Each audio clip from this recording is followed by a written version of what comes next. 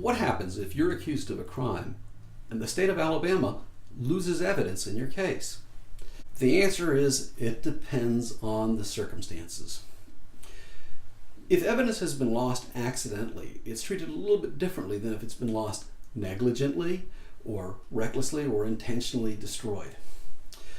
But there is no automatic that, oh, bang, I win because they lost the evidence. What will happen is a judge, assuming your lawyer complains about it, which they probably will, but the judge then would look at what happened, and he'll make a decision based on what happened in a variety of factors. Courts tend to be more sympathetic when the evidence was lost as a result of an accident. That doesn't mean that the judge is going to say, oh, too bad, your case goes forward. No, he's going to look at a variety of things. One of them is going to be, well, are you significantly prejudiced? Can you have a fair trial as a result of the lost evidence? If the loss was of significant value where the judge says, this guy, old Johnny here, he's not going to be able to get a fair shake with you having lost this evidence, then yeah, the case could be dismissed. Flip side is the state may be prejudiced, but prejudiced in your favor. In other words, the prosecutor may look at it and go, oh, crud, they lost this stuff?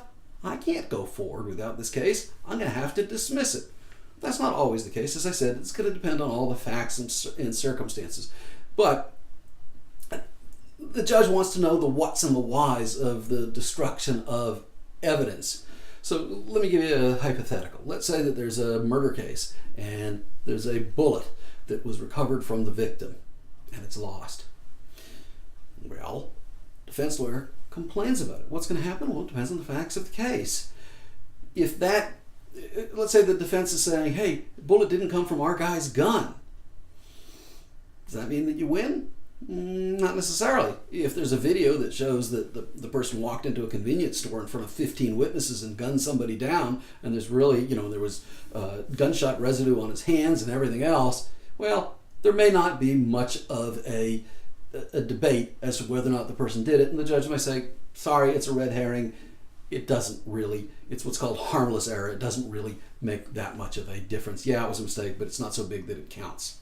On the other hand, let's say police convince the accused guy to make a statement because they say, hey, we recovered the bullet from the gun and we know it's your gun. And, they kind of browbeat the guy and the guy gets scared and he thinks he lies and says he did it, which, believe it or not, it does happen because people are thinking, I might get the death penalty. I'd rather lie and tell them I do it because they're saying, hey, things will work out better for me. Well, under those circumstances, if everything that flowed from the case, if the evidence is really based on a confession and the police maybe negligently or were very sloppy, judge may say, well, wait a second, this guy can't get a fair trial and the confession and everything else flows from this. It's called fruit of the poisonous tree. Judge may say, all of this evidence is out, which could result in a case being dismissed.